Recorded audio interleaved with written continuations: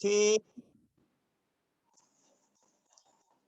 पूज्य साधु गण से बुध मुख्य न्यारे, शास्त्रानुसार चलते मुझको चलाते, वंदो उन्हें विनय से सिर को झुकाते, पूजो उन्हें विनय से सिर को झुकाते, वंदो उन्हें विनय से सिर को झुकाते, स्वस्ति त्रिलोक गुरुवे चिन पुंगवाय, स्वस्ति स्वभाव महिमोदय सुस्थिताय, स्वस्ति प्रकाश सहजोर्जित दृङ्मयाय, स्वस्ति प्रसन्न ललिताद्भुत वैभवाय, स्वस्ति प्रसन्न ललिताद्भुत वैभवाय, स्वस्ति प्रसन्न ललिताद्भुत वैभवाय।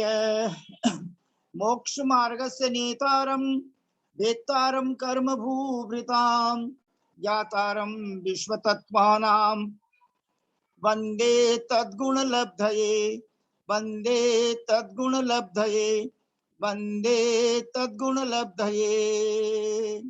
परम आदरणीय बाबूजी साहब श्रीमान पारसमल जी पाटनी साहब, आदरणीय बाबूजी साहब श्री शंभूलाल जी साहब, आदरणीय बाबूजी साहब श्री नेमीचंद जी साहब जैन जयपुर निवासी, एवं हमारे आदरणीय अम्मा जी उमराव देवी जी, आदरणीय उषा देवी जी, समस्त बड़ों को बुजुर्गों को सादर प्रणाम, सादर पावन ढोक, सादर चरण स्पर्श, सादर जय जिनेन्द्र। परम आदरणीय ललिता बहन आपके चरणों में सादर पावन ढोक और सादर जय जिनेन्द्र। और मैं निवेदन कर रहा हूँ सरिता जी पाटनी साहब कि आप सम्यक दर्शन ज्ञान चारित्राणी मोक्ष मार्ग है, यहाँ से लेकर 8 सूत्र तक उच्चारण करने की कृपा करें। सरिता जी पाटनी इम्पेक्स वाले। सम्यक दर्शन ज्ञान चारित्राणी मोक्ष मार्ग है। तत्वार्थ श्रद्धान सम्यक दर्शनम तन निसर्गा दधि गमाद्वा जीवा जीवास्त्र बंध संवर निजरा मोक्ष तत्वम नाम स्थापना द्रव्य भावतस तन न्यास प्रमाण नये रधिगम निर्देश स्वामित्व साधना अधिकरण स्थिति विध्यानतः तत्संख्या क्षेत्र प्रश्न कालांतर भावाल्प बहुत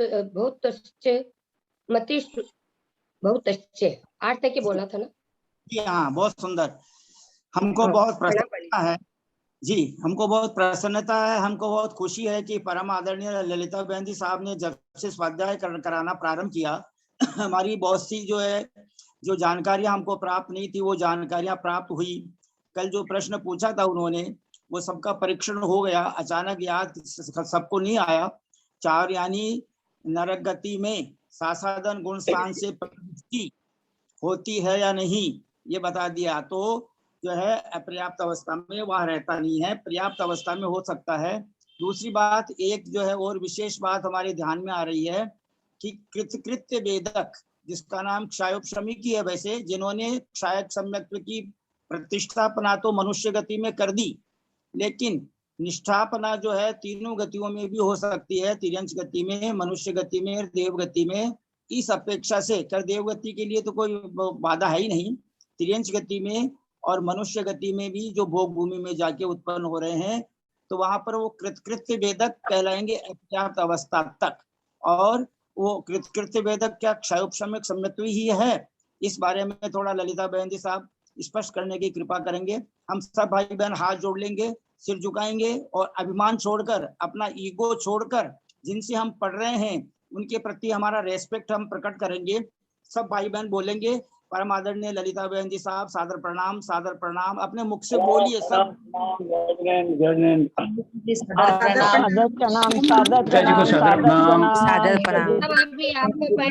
सभी बड़ों को प्रणाम, सबको सादर जय जिनेन्द्र। पंडित जी को प्रणाम, पंडित जी साहब सादर प्रणाम, ललिता जी सादर प्रणाम, सभी से जय जिनेन्द्र। सबको नहीं बोलना है, बाबूजी साहब सभी बड़ों को सादर प्रणाम, सभी को जय जिनेन्द्र।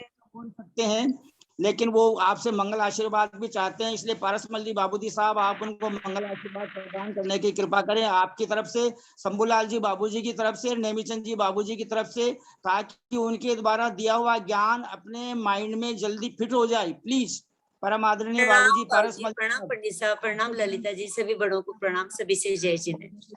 जय जिनेंद्र, सबको जय जय पंडित साहब, जय जिनेंद्र। और ऐसे भी बोल दो कि ललिता जी को शुभ आशीर्वाद। हम सब परम आदरणीय ललिता जी साहब साक्षात सरस्वती मातेश्वरी आपसे विनम्र प्रार्थना करते हैं कि आप मंगलाचरण प्रारंभ करने की कृपा करें और इस प्रसन्न स्वरूपना में आगे समझाने की कृपा करें। प्लीज आदरणीय ललिता बहन जी साहब। सभी को बड़ों को भोग देती हूँ, सभी को जय जी।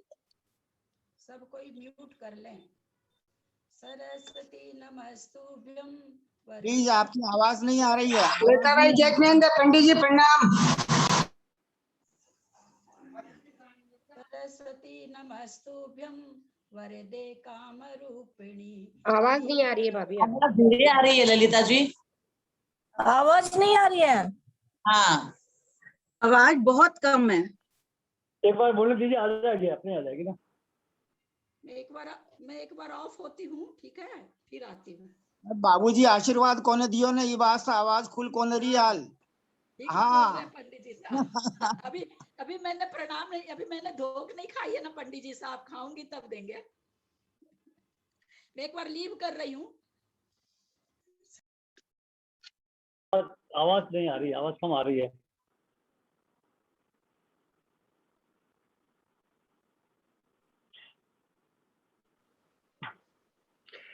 धीरे वही से वॉल्यूम थोड़ा कम हो गया होगा।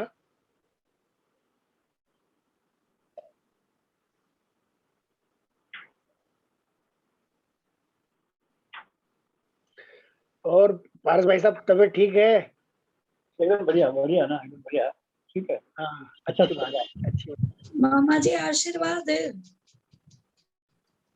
आशीष बेटा, आशीष मंजू, आशीष आशीष खुश रहो, तो खूब धार्मिक क्रिया करो, अच्छा है।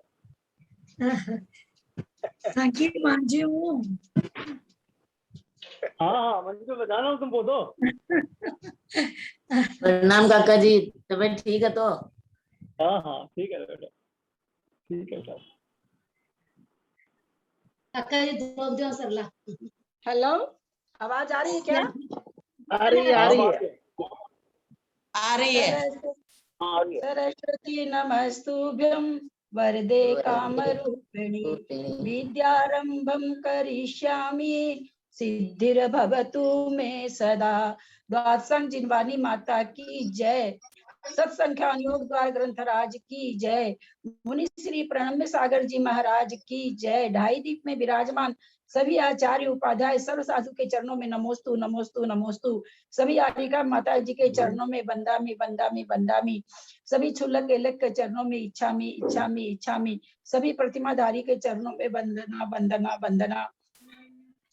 ग्रुप में विराजमान नेमीचंद भाई साहब, पूज्य बाबूजी, उमराव भाभी और भी जो भी लोग बड़े हैं, सबको सादर चरण स्पर्श। पंडित जी साहब सादर प्रणाम, सबको सादर जय जिनेंद्र। बाबूजी आशीर्वाद दे दीजिए, नहीं तो फिर आवाज कम हो जाएगी। नहीं नहीं, अच्छा चलो, तुम्हारे लिए आशीर्वाद हमेशा ही बेटा।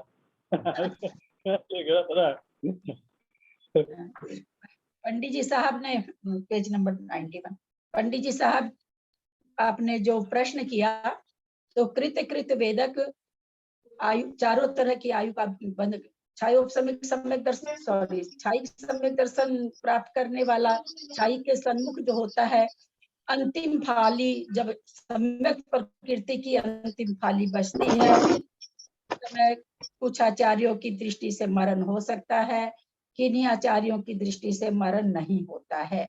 अंतिम फाली बच जाती है, उसमें है जितना उसका समय बचा हुआ है, छाई सम्यक प्राप्त करने का जितना समय बचा हुआ है, उसका 4 हिस्सा हो जाता है। पहले हिस्से में अगर मरण होता है तो देवगति में जाता है नियम से। दूसरे हिस्से में अगर मरण होता है तो देवगति और मनुष्य गति में जा सकता है। तीसरे हिस्से में मरण होता है तो देवगति, मनुष्य गति, त्रियंच गति में जा सकता है।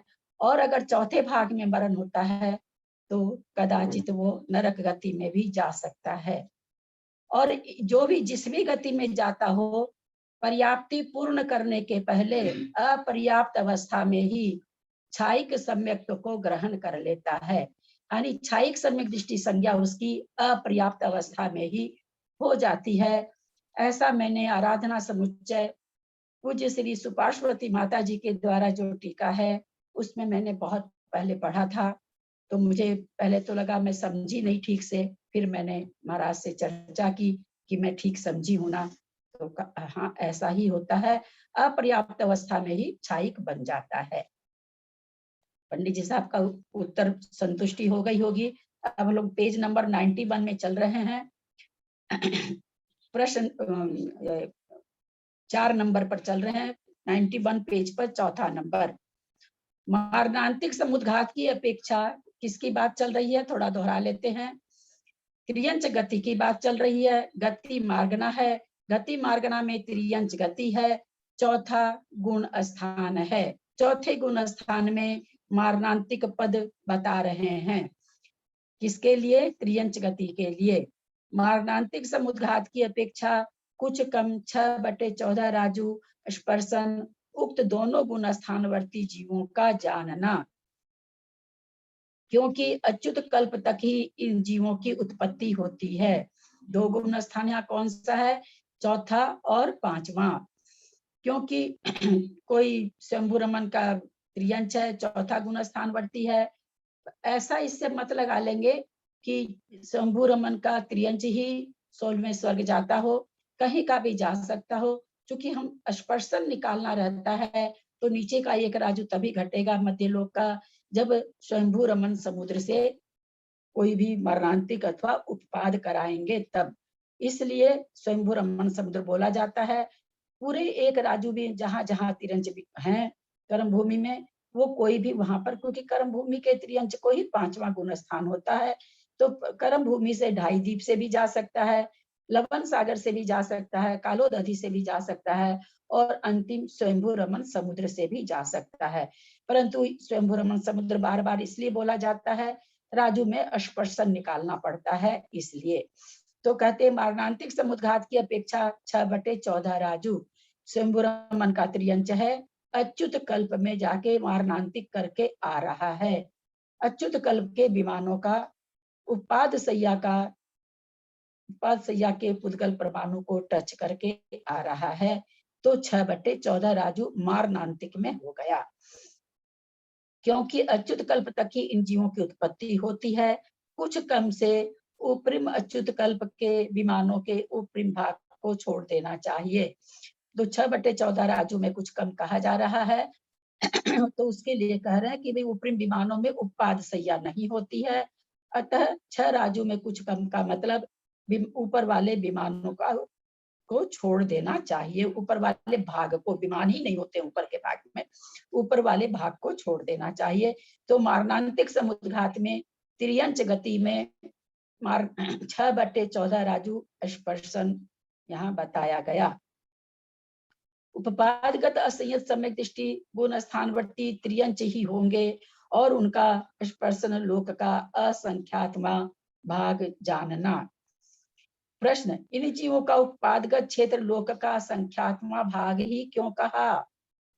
क्योंकि इन त्रियंचों में उपपाद वे मनुष्य ही करेंगे जिन्होंने सम्यक दर्शन प्राप्ति से पूर्व त्रियंचायु का बंध किया हो। किसमें उत्पाद करा रहे हैं? असंयत गुण स्थान के साथ। संयता संयत के साथ तो उत्पाद घटेगा ही नहीं, 5वां गुण स्थान तो विग्रह गति में होता नहीं, चौथा गुण स्थान होता है। अगर विग्रह गति में चौथा गुण स्थान बन रहा है तो वो त्रियंच नियम से कहाँ जन्म लेता है? भोग भूमि में लेता है, अतः लोक का असंख्यातवां भाग घटेगा। क्योंकि त्रियंच में उपपाद कराना है, मारणांतिक तो किसमें कराए? देव में कराए।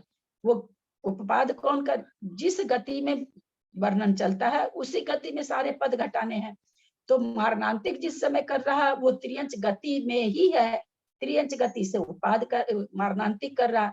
अब क्या हो रहा है कि उपपाद करा रहा है, यानी त्रियंच, आपका आवाज कुछ ज्यादा है, अतः त्रियंच है तो त्रियंच में वो उत्पन्न हो रहा है, तो त्रियंच में उत्पन्न हो रहा है तो इसलिए कहाँ होगा उपपाद? असंयत गुण स्थानवर्ती त्रियंच होंगे तो उपपाद कहाँ हो जाएगा? जघन्य भोग भूमि में होगा, किसी भी भोग भूमि में होगा, और भोग भूमि में उपपाद होने से मध्य लोक में ही होगा। अतः लोक का असंख्यात्मा भाग उपपाद क्षेत्र की उपपादगत त्रियंचों का कितना घटेगा? असंयत समय दृष्टि उपपादगत त्रियंचों का स्पर्शन लोक का असंख्यात्मा भाग। ललिता जी आप देव बोल दिए, मनुष्य होगा ना? ये मनुष्यों का उपपाद कर, आप शायद देव बोल दिए थे कि देव अगर तिर्यंच गति में उपपाद कर रहा है, क्या वो मैं गलत हूँ? मनुष्य हो सकता अगर हाँ, वो मुंह से निकल गया होगा। मनुष्य उत्पाद कर रहा है तो यहाँ पर उत्पाद असंयत सम्यक दृष्टि का उत्पाद गुण स्थान यहाँ महत्व रख रहा है। असंयत सम्यक दृष्टि त्रियंच में उत्पन्न हो रहा है तो जघन्य भोग भूमि में उत्पन्न होगा तो उत्पाद क्षेत्र लोक का असंख्यात्मा भाग होगा। प्रश्न, इन जीवों का उत्पादगत क्षेत्र लोक का असंख्यात्मा भाग ही क्यों कहा? क्योंकि इन त्रियंचों में उपपाद वे मनुष्य ही करेंगे जिन्होंने सम्यक दर्शन प्राप्ति से पूर्व त्रियंच आयु का बंध किया हो, बाद में छायिक सम्यक दर्शन प्राप्त किया हो। प्रश्न, क्या ऐसे मनुष्यों को छायिक सम्यक दर्शन प्राप्त कराना आवश्यक है? हाँ, क्योंकि छायोपसमिक सम्यक दर्शन के साथ त्रियंचों में उपाद नहीं होता है। ये चर्चा हमारी पहले हो चुकी है हम लोग की पहले कि छायोपसमिक सम्यक दर्शन के साथ अगर कोई मनुष्य त्रियंच में जाता है तो सम्यक दर्शन छूट जाएगा, अगर मनुष्य में जाता है तो सम्यक दर्शन छूट जाएगा, अगर नरक में जाता है तो सम्यक दर्शन छूट जाएगा। देव में जाते समय सम्यक दर्शन के सहित भी जा सकता है, कदाचित उसके परिणाम फिसल जाए तो सम्यक दर्शन छूट के भी जा सकता है। उसी तरह त्रियंच भी छायोपसमिक अगर रहता है, क्योंकि त्रियंच छायोपसमिक बन छायिक तो दो देव में जाता ही है, वहां तो कुछ कहना ही नहीं है, वो तो भोग भूमि में जाकर के देव पर्याय में ही जाता है। पर छायोपसमिक अगर सम्यक त्रियंच हो तो क्या होगा? त्रियंच में जाएगा तो छूट जाएगा, त्रियंच मनुष्य में जाएगा तो छूट जाएगा, त्रियंच नरक में जाएगा तो छूट जाएगा, त्रियंच अगर देव में जाता है तो रह भी सकता है, छूट भी सकता है। यानी सम्यक दर्शन के साथ भी उत्पत्ति हो सकती है, सम्यक दर्शन छूट के भी हो सकती है। प्रश्न, अन्य तीन गति के जीव असंयत सम्यक दृष्टि त्रियंचों में क्यों नहीं उत्पन्न होते? ये कह रहे हैं कि आपने मनुष्य को क्यों करा रहे हैं, और भी तो गतियां हैं, त्रियंच गति भी है, मनुष्य गति भी, देव गति भी है, नरक गति भी है। उत्तर, नहीं उत्पन्न होते क्योंकि ऐसा स्वभाव है। यतः त्रियंच सम्यक दृष्टि होगा तो वह देव गति में उत्पन्न होगा, और यदि देव या नार की असंयत सम्यक दृष्टि होगा तो वह मनुष्यों में उत्पन्न होगा। ऐसा सिद्धांत है जो हम लोग कई बार जान चुके हैं कि सम्यक दर्शन के साथ कोई भी नार की त्रियंच नहीं बनता, कोई भी देव त्रियंच नहीं बनता, चाहे वो पहले दूसरे स्वर्ग का ही क्यों ना हो और भवंत्रिक ही क्यों ना हो। अगर सम्यक दर्शन के साथ मरण कर रहा है तो देव तो मनुष्य ही बनेगा। उसी तरह सम्यक दर्शन के साथ त्रियंच मरण कर रहा है तो वो त्रियंच नहीं बन सकता, देव ही बनेगा। इसलिए एक ही गति बच जाती है जो सम्यक दर्शन के साथ में त्रियंच में उत्पन्न कराया जा सकता है। प्रश्न, ये असंयत सम्यक नरगति का, अगर देवगति और नरगति का सम्यक दर्शन सहित मरेगा, मनुष्य बनेगा, तो वो मतलब यहाँ तो मिथ्या दृष्टि बनेगा, इधर तो मिथ्या दृष्टि, तो वो कहाँ का बनेगा? क्या अगर वो सम्यक दर्शन के साथ देवगति, अगर सम्यक दर्शन के साथ देव, अभी आगे की नहीं, इसके लिए पूछ रही। एक मिनट, गति मार्गना चल रही है, त्रियंच गति चल रही है, नरक गति हम लोग पढ़ चुके हैं। आप लोग पुनः इस किताब में देख के पीछे पढ़ लें, पूरा नरक गति का वर्णन आ गया है कि किस में मरेगा, किस भूमि में मरेगा, किस दर्शन के साथ, सारा वर्णन हम लोग पढ़ के आ चुके हैं, क्योंकि ये दूसरी गति है। और आगे जो देव गति और मनुष्य गति की बात आएगी, आगे गति की बात आ जाएगी। और नरक गति की जिसको भी जिज्ञासा हो, एक प्रश्न का उत्तर हम दे सकते हैं, पूरी गति नहीं समझा सकते, पूरी गति जस्ट इसके पीछे पेज में है, आप लोग घर में पढ़ें। ये असंयत सम्यक दृष्टि त्रियंचों में कहाँ उत्पाद करेंगे? भोग भूमि के त्रियंचों में। प्रश्न, यहाँ अढ़ाई द्वीप के भीतर की भोग भूमि विवक्षित है। पंडित जी का प्रश्न कि और भोग भूमियों में भी जन्म ले सकता है क्या? पंडित जी आपके प्रश्न का उत्तर आ रहा है। यहाँ अढ़ाई द्वीप के भीतर की भोग भूमि विवक्षित है या बाहर की असंख्यात जघन्य भोग भूमियां भी? आप जो कह रहे हो कि जघन्य सम्यक छायिक सम्यक दृष्टि त्रियंच बनेगा तो भोग भूमि में बनेगा, तो वो कहाँ बनेगा? केवल कर्म भूमि की भोग भूमि में अथवा कर्म भूमि के बाहर जो भोग भूमियां हैं उसमें भी? उत्तर, सभी भोग भूमियां यहाँ विवक्षित है, यानी सभी भोग भूमियां यहाँ पर कही गई है, किसी में भी वो जन्म ले सकता है। प्रश्न, अढ़ाई द्वीप के बाहर असंख्यात भोग भूमि में त्रियंचों में भी छायिक सम्यक दृष्टि मनुष्य उत्पन्न होते हैं, यह कैसे जाना? आप ये कैसे जान गए कि अढ़ाई द्वीप से बाहर भी होगा? उत्तर, चूंकि इन त्रियंचों का उपपादगत क्षेत्र अढ़ाई द्वीप से असंख्यात गुना स्पर्शित होता है, ऐसा श्री धवला पुस्तक 4 के सूत्र वाक्य से जाना जाता है। फर्क क्या पड़ा? अगर अढ़ाई द्वीप में ये उत्पन्न होते तो स्पर्शन क्या कहा जाता? लोक का असंख्यातमा भाग। लेकिन स्पर्शन कितना बताया जा रहा है? अढ़ाई द्वीप से असंख्यात गुना। तो इससे पता चल गया कि अढ़ाई द्वीप से बाहर भी जन्म लेते हैं, क्योंकि अढ़ाई द्वीप से असंख्यात गुना करा रहे हैं, तो बाहर जन्म लेंगे तभी तो असंख्यात गुना होगा, नहीं तो लोक का असंख्यात भाग होता। तो कहते हैं इससे जाना गया कि सभी भोग भूमिया में छायिक सम्यक दृष्टि त्रियंच उत्पन्न हो सकते हैं। समझ में आया होगा? अब थोड़ा ये दीदी प्रश्न थोड़ा सा कम समझ में आया है कि अढ़ाई द्वीप के बाहर असंख्यात भोग भूमि में त्रियंचों में भी छायिक सम्यक दृष्टि मनुष्य उत्पन्न होते हैं। ये मनुष्य शब्द जो आया है ये थोड़ा सा समझ में नहीं आया कि त्रियंचों में मनुष्य। हाँ, मनुष्य ने पहले त्रियंच, अभी पीछे तो आ गया ना, त्रियंच गति बांधी है, छायिक सम्यक दृष्टि मनुष्य हो गया। अच्छा, बदायुष की अपेक्षा बात हो रही है यहाँ पे?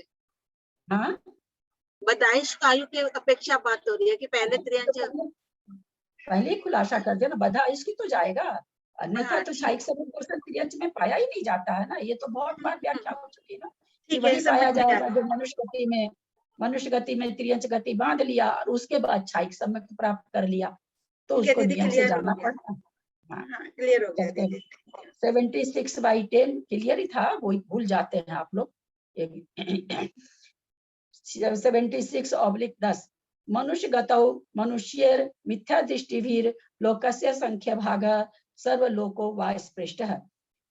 सब मनुष्य गति में मिथ्या दृष्टि मनुष्यों ने लोक के असंख्यात में भाग क्षेत्र का और सब लोक का स्पर्श किया है।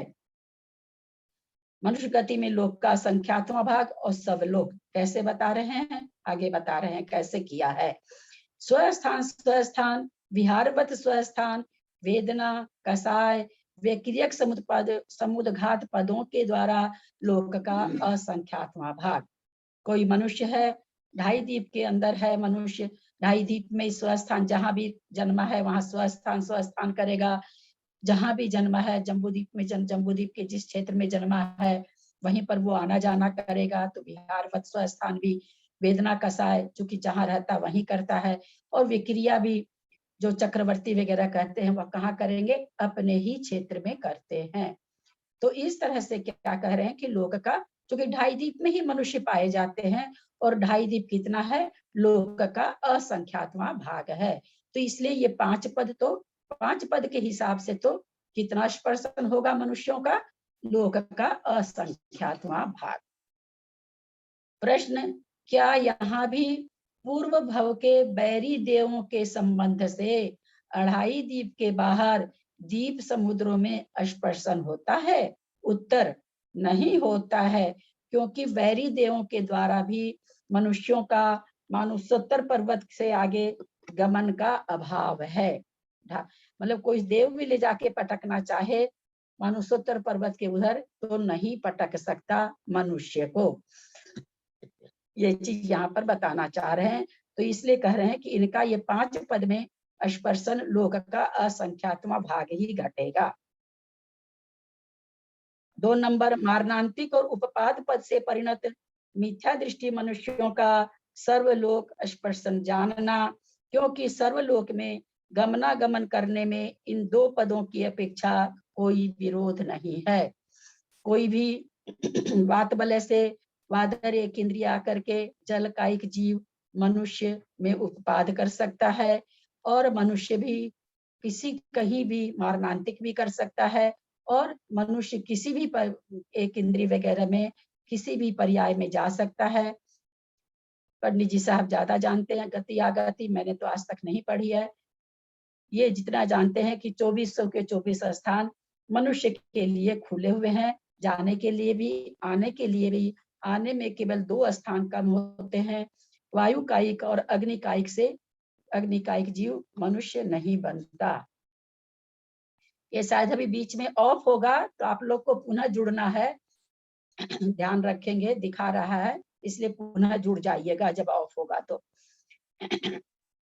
विशेष बता रहे हैं, मनुष्य गति में मिथ्या दृष्टि मनुष्यों ने मारणांतिक समुद्घात के द्वारा सर्वलोक स्पर्श किया है, क्योंकि मनुष्य गति से सर्वलोक में उत्पत्ति होने में कोई बाधा नहीं है। उपपाद पद के द्वारा भी सभी मिथ्या दृष्टि जीव मनुष्य गति को लोक में कहीं से भी प्राप्त कर सकते हैं।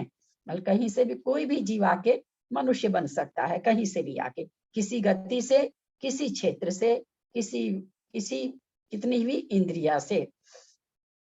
पूर्व भव की आयु को भोग कर विग्रह गति में वर्तमान जीव का उपपाद पद माना जाता है। हम लोग इस बात को पहले से समझ लिए हैं। मात्र उत्पत्ति के स्थान पर जन्म लेने को उपपाद पद यहाँ नहीं माना गया है, अन्यथा उपपाद पद की अपेक्षा 6/14 राजू आदि जो स्पर्शन है जहाँ कहीं कहा गया है वह घटित नहीं होता है, हो सकेगा। इससे स्पष्ट होता है उपपाद योग स्थान और उपपाद पद जो यहाँ विवक्षित है में अंतर है। उपपाद योग स्थान हम लोगों ने करुणा योग पढ़ा है, उसमें हम लोगों ने पढ़ा था उपपाद योग एक समय का होता है। वो कहाँ होगा? जहाँ जीव मरण किया वहीं पर उपपाद योग घटता है। उपपाद योग स्थान वहीं पर कहा जाता है, वो एक समय का होता है। आचार्य यहाँ पर ये बताना चाह रहे हैं, अगर हम उपपाद योग को ही केवल स्पर्शन मानेंगे तो वो नहीं घटेगा, या जहाँ उत्पन्न हो रहा है कोई जीव जाकर के 16वें सरक की उपपाद सैया से उत्पन्न हो रहा है। अगर हम कहें यहाँ उत्पन्न हो रहा है अतः उपपाद पद यहाँ होना चाहिए, तो कभी भी स्पर्शन नहीं घटेगा। स्वयंभू रमन का त्रियंच ये में सम्यक दृष्टि है, उसमें देव का उपपाद हो रहा है, अथवा 12वें स्वर्ग का देव 16वें स्वर्ग में जाकर के त्रियंच में उपपाद कर रहा है। तो कैसे घटेगा? उसमें उपपाद योग स्थान भी लेना होगा और उपपाद पद यानी विग्रह गति की का स्थान लेना होगा, तभी स्पर्शन घटेगा। ये यहाँ पर बताना चाह रहे हैं।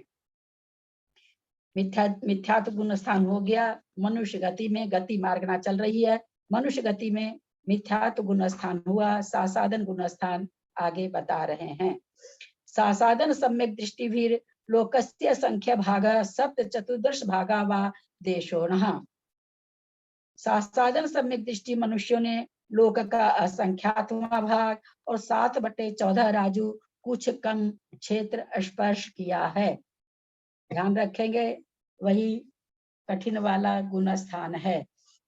स्वस्थान विहारवत स्वस्थान वेदना कसाय और वैकल्यक समुद्घात की अपेक्षा लोक का असंख्यात्मा भाग स्पर्शन जानना।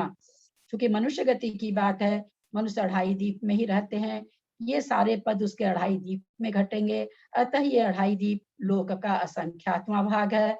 अतः 5 पद की अपेक्षा तो लोक का असंख्यात्मा भाग स्पर्शन घटेगा सासादन सम्यक दृष्टि मनुष्यों का। नंबर 2 पेज नंबर 93, मारणांतिक समुद्घातगत सासाधन सम्यक दृष्टि मनुष्यों ने कुछ कम 7/14 राजू स्पर्श किया है। क्योंकि देखिए हमने 2 चीज जानी थी कि त्रियंच कहाँ तक करता है, तो मेरु मूल के बराबर तक करता है मारणांतिक। हम लोगों ने जाना था कि 1 इंद्रिय में जाता है तो वहां तक करता है। देव कहाँ तक करते हैं? पंख भाग के निचली सतह तक करते हैं, पंख भाग तक करते हैं देव मारणांतिक। 2 स्वर्ग के देव करेंगे और ऊपर के देव वहां नहीं करेंगे। 1 इंद्रिय जो बनता है उसी की बात होगी। अब यहाँ मारणांतिक समुद्घात करा रहे हैं त्रियंच को, सॉरी मनुष्य को, और सासाधन गुण स्थान वर्ती है, वो कहाँ तक करता है अपने लोग इसमें देखते हैं। क्योंकि सासाधन सम्यक दृष्टि भवनवासियों के निवास लोक के नीचे मारणांतिक समुद्घात नहीं होता है, तथा ऊपर सर्वत्र जाना संभव होने से उक्त क्षेत्र कहा है। कुछ कम से यहाँ ऊपर का अगम्य प्रदेश कम करना है। देखें चित्र, तो ये क्या कह रहे हैं कि भवनवासियों के लोक के नीचे मारणांतिक, भवनवासी का भवन कहाँ तक है? पंख भाग तक है। भवनवासी के भवन हम लोग सभी जानते हैं कि 2 देवों के भवन कहाँ है? पंख भाग में है। तो इसका मतलब ये हो गया कि जिस तरह से देव करते हैं पंख भाग तक, उसी तरह से मनुष्य भी पंख भाग तक करता है। ये विवक्षा यहाँ से निकली है। सासाधन गुण स्थानवर्ती मनुष्य अगर 1 इंद्रिय में, 1 इंद्रिय के लिए, 1 इंद्रिय में नहीं, अभी 1 इंद्रिय का तो उसको कुछ नहीं हुआ, 1 इंद्रिय के लिए मारणांतिक समुद्घात अगर करता है तो भवनवासी के निवास लोक के नीचे, मतलब वही पंख भाग का निचली सतह, ऊपर सर्वत्र जाना संभव होने से, ऊपर कहाँ जा रहा? कहीं भी जा सकता है। इस प्रागभार की पृथ्वी तक जा सकता है। उसके ऊपर बात वलय है, उसमें 1 इंद्रिय बादर का 1 इंद्रिय जीव है, तो उनमें भी जा सकता है। तो वो यहाँ पर कह रहे हैं कि ऊपर तो कहीं भी जा सकता है। अतः ये जो स्पष्ट हमने बताया कि सासाधन गुण स्थानवर्ती मनुष्य का मारणांतिक समुद्घात का स्पर्शन 7/14 राजू, ये ऊपर की अपेक्षा जानना चाहिए। नीचे चित्र में देखिए, रत्न प्रभा पृथ्वी जहाँ लिखा 18,000 योजन है ना, वहां पर देखिए नीचे का तो अबल बहुभाग है। जो पंख भाग है वहां तक वो दिखा रहे हैं, तीर से दिखा रहे हैं 1 लाख योजन भवनवासी का। ध्यान दें 1 लाख योजन दाहिने तरफ लिखा है, उसके दूसरे तरफ चेक में ध्यान दें, वो वहां तक भवनवासी के निचली सतह में तीर बना रखा है, वहां तक वो मारणांतिक कर रहा है। समझ में आ रहा होगा। दाहिने तरफ, जैसे इधर हाथ दाहिना है, दाहिने तरफ 1 लाख योजन भवनवासी लिखा हुआ। वो किसको लिखा हुआ? बीच में जो चेक, जो क्या कहेंगे, रेक्टेंगल जो बना हुआ है, वही रेक्टेंगल आगे तक आया है। वहां आप देखेंगे 4 तीर लगा हुआ है, तो यहाँ तक वो मारणांतिक करते हैं। और ऊपर कहाँ दिखा रहे हैं? एकदम ऊपर तक ले गए उनको, एकदम ऊपर तक तीर गया है, तो वहां तक मारणांतिक कर सकते हैं। ऐसा ये चित्र में दिखा रहे हैं। विशेष और बता रहे हैं, सासाधन सम्यक दृष्टि 7वीं पृथ्वी के नीचे भी 1 राजू परमाण क्षेत्र में, 1 इंद्रिय में या नरक भूमियों के 5 स्थावरों में मारणांतिक समुद्घात नहीं करते हैं। जो हम लोग को रहता है ना हमेशा, वही 1 इंद्रिय में जन्म ले रहा है, 1 इंद्रिय में जन्म ले सकता है, मारना सासाधन गुण स्थानवर्ती वहां नहीं जाएगा। थोड़ा सा समझेंगे अंतर। अगर मिथ्या दृष्टि मनुष्य है, वो मारणांतिक कर रहा है, वो स्थावर में चला जाएगा, 5 स्थावर में नीचे। लेकिन अगर सासाधन गुण स्थानवर्ती मनुष्य अथवा त्रियंच अथवा देव मारणांतिक समुद्घात करते हैं, तो न तो वो नरकों के भूमियों में करेंगे और न वो 7 नरक के नीचे जो स्थावर लोक है उसमें करेंगे। ये भाव भासना अपनी कॉपी में लिख के रखें इस सिद्धांत को। ये आज हम इसमें से नियम समझ रहे हैं। ऐसे तो मनुष्य कहीं भी जा सकता है। हमने ये भी जाना कौन सा मनुष्य? मिथ्या दृष्टि मनुष्य। ये कौन सा मनुष्य है? मनुष्य का वर्णन चल रहा है, मनुष्य गति का। सासाधन सम्यक दृष्टि है। तो सासाधन सम्यक दृष्टि का हमने नरक में पढ़ लिया, त्रियंच में पढ़ लिया और अभी मनुष्य में पढ़ रहे हैं। इन तीनों के हिसाब से हमने क्या जाना कि ये नरक की जो 7 भूमियां हैं, अथवा नीचे जो स्थावर लोक है उसमें मारणांतिक समुद्घात नहीं करते हैं। मारणांतिक समुद्घात नहीं करते हैं, इसका दूसरा मतलब क्या समझा जाए, वहां पर उत्पन्न नहीं होते हैं, क्योंकि मारणांतिक समुद्घात वहीं के प्रदेशों को छूता है जहां उसे जन्म लेना रहता है। ये बढ़िया से सिद्धांत समझ में आ गया होगा कि कोई भी सासादन गुण स्थानवर्ती, अभी देवगति का आगे आएगा तो उसमें और विशेष देखेंगे। अभी तक हमने 3 गति जानी। 3 गति के सासादन सम्यक दृष्टि जो होंगे वो कभी भी 7 जो पृथ्वियां हैं वहां पृथ्वी काय बन सकता था, लेकिन वहां नहीं बनेगा।